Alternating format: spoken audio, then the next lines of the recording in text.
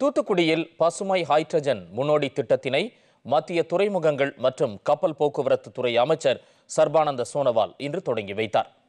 தூத்துக்குடி வ.உ. சிதம்பரனார் துறைமுகத்தில் 10 million ton சரக்குகள் கையாளும் வகையில் 7.4 ஹெக்டேர் பரப்பளவிலான 10வது சரக்குகள் கையாளும் தளம் அமைத்தல், 110 கிலோவாட் திறன் கொண்ட துணை மின் நிலையம் அமைத்தல், 6 மெகாவாட் திறன் கொண்ட காற்றாலையை 59 கோடி ரூபாய் மதிப்பில் அமைத்தல் உள்ளிட்ட சுமார் 250 கோடி ரூபாய் மதிப்பிலான பணிகளுக்கு அடிக்கல் நாட்டினார்.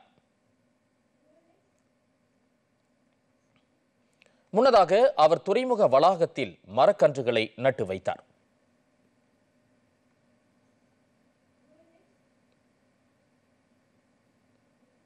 வ.உ. சிதம்பரனாரின் பிறந்த நாளையொட்டி துறைமுக வளாகத்தில் உள்ள அவருடைய உருவச் சிலைக்கு சர்பானந்த சோனோவால் மாலை அணிவித்து மரியாதை செலுத்தினார். விழாவில் மத்திய துறைமுகங்கள் கப்பல் போக்குவரத்து மற்றும் நீர்வழிகள் துறை செயலர் டி.கே. ராமச்சந்திரன், தமிழக பாஜக தலைவரும் சட்டமன்ற உறுப்பினருமான நயினார் நாகேந்திரன், சமூக நலன் மற்றும் மகளிர் உரிமைத்துறை அமைச்சர் கீதா ஜீவன் உள்ளிட்டோர் கலந்து கொண்டனர்.